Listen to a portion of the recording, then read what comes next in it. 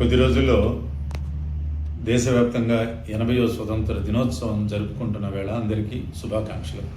మనం అధికారాన్ని ఓటు ద్వారా మార్పు చేయడం, అందరికీ ఓటు హక్కు ఇవ్వడం, అందరూ కూడా స్వేచ్ఛాయుత వాతావరణంలో జీవించాలని చెప్పి ఆనాటి స్వాతంత్ర సమరయోధులు త్యాగాలు చేశారు.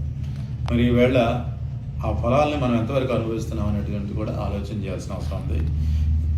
ఇంత అభివృద్ధి చెందిన సమాజంలో ఇంత జీవనదులు ఉన్న నీళ్లు కొనుక్కొని తాగే పరిస్థితికి మనం వచ్చాం. కాస్త అంత వర్షం పడితే మరి గిలకల లోతు నీళ్లు రోడ్ల మీద నిలబడతా ఉన్నాయి, కొన్ని ప్రాంతాల్లో మోకాళ్ళ లోతు నీళ్ళు నిలబడతా ఉన్నాయి. మరి డ్రైన్లు ఎందుకు అప్డేట్ చేసుకోలేకపోతా ఉన్నాం? మరి కల్తీని అరికట్టలేకపోతా ఉన్నాం. పేషెంట్లు, పుట్టిన పిల్లలు, వైద్యులు చెప్పేది పాలు తాపించండి అంటున్నారు. మరి ఇక్కడ పాలు కూడా కల్తీ లేకుండా మనం సాధించుకోలేకపోతే ఇంత పెద్ద సిస్టానికి, టెక్నాలజీకి అర్థమే ఉంటుంది. మనం ఎందుకు కొనుగొడుతున్నాం, ఎందుకు ఓట్లేస్తున్నాం అనేటువంటిది ఆలోచన చేయాలి.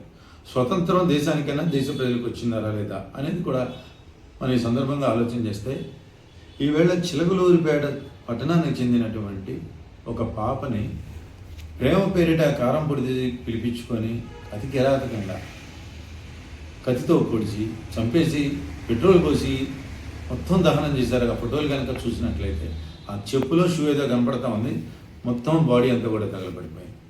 వాస్తవానికి చిలకలూరిపేట కేంద్రంగా ఎక్కడేది జరిగినా ఇక్కడ స్పందించేటువంటి తత్వం ఉన్నటువంటి సమాజం. పశ్చిమ బెంగాల్లో ఒక వైద్య విద్యార్థిని కలకత్తా చనిపోతే ఆ మానభంగం చేసి చంపేశారంటే, దేశంతో పాటు చిలకలూరిపేట కూడా పెద్ద ఎత్తున రంగీబాబు ర్యాలీ జరిగింది. వైద్యులు చేశారు, అడ్వకేట్ చేశారు, ప్రజలంతా చేశారు. కానీ మన పక్కన ఉన్నటువంటి ఒక పేద ముస్లిం మైనార్టీ చెందినటువంటి ఆడపిల్ల చనిపోతే మరి ఎందుకు మనం ప్రశ్నించలేకపోతా ఉన్నాం? బ్రిటిష్ వాళ్ళ కోసం, బ్రిటిష్ వాళ్ళ మీద ఎదురు తిరిగి పోరాడి స్వాతంత్రాన్ని సాధించుకొని మన పాలకులు ఏమనుకుంటారో అని మనం ఎంతవరకు మౌనంగా ఉంటాం అనేది అందరూ కూడా ఆత్మపరిచయం చేసుకోవాలి. మనం లీడర్లుగా చెప్పుకుంటూ, పార్టీల పేర్లు చెప్పుకుంటూ, విజిటింగ్ కార్డులు ఇచ్చుకొని మన మనసాక్షికి మన సమానం చెప్పుకోవాలి. ఏం జరుగుతుంది, ఎందుకు దీన్ని మనం ప్రశ్నించలేకపోతే, దీన్ని ఎందుకు అరికట్టలేకపోతా ఉన్నారు? ఈవేళ అతను అరెస్ట్ చేయడం మాత్రమే కాదు, త్వరితగతిన అతన్ని విచారించి ఎక్కడ కూడా లూపోల్స్ లేకుండా ఈ ఎంక్వైరీలో శిక్ష పడేలాగా చర్యలు తీసుకోవాలి. అప్పుడే ఆ పాప ఆత్మకు శాంతి చెబుతుంది, ఆ కుటుంబానికి ఓదార్పిస్తుంది. పడికట్టు పదాలతో మనం అద్భుతాలు చేయలేము. కాబట్టి సమాజం చైతన్యవంతం కావాలి. స్వతంత్రం దేశానికి మాత్రమే కాదు, దేశ ప్రజలకు వచ్చిందని నిరూపించగలగాలి. మన చిలకలూరిపేట మీద జరిగినటువంటి అన్యాయం గురించి కనీసం విద్యార్థులు జంచి చాలా అంశాల మీద ప్రస్తావిస్తూ ఉన్నారు. జన్ ఆల్ఫా మాట్లాడుతూ ఉన్నారు. మేధావులందరూ కూడా మౌనంగా ఉండడం సరైనది కాదు.